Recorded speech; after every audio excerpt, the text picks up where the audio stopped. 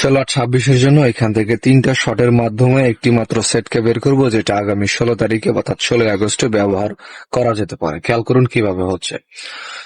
প্রথমত যদি এখানে খেয়াল করেন, এখানে একটা শেষে একটা 4, এইখানে 4, এইখানেও একটা কমন হিসেবে 4 কে পাই।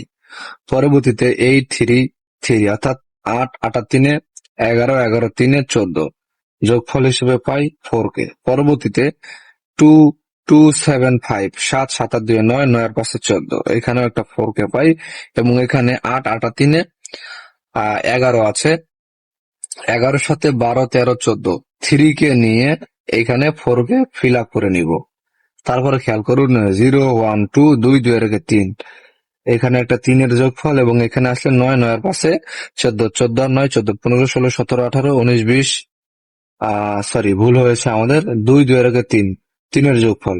তারপরে দেখেন 9 9 9 18 18 আর 5 18 19 20 21 22 23, এখান থেকে একটা 3 এর যোগফল এবং এখানে আসলে কমন হিসেবে আমরা 3 কে পাই।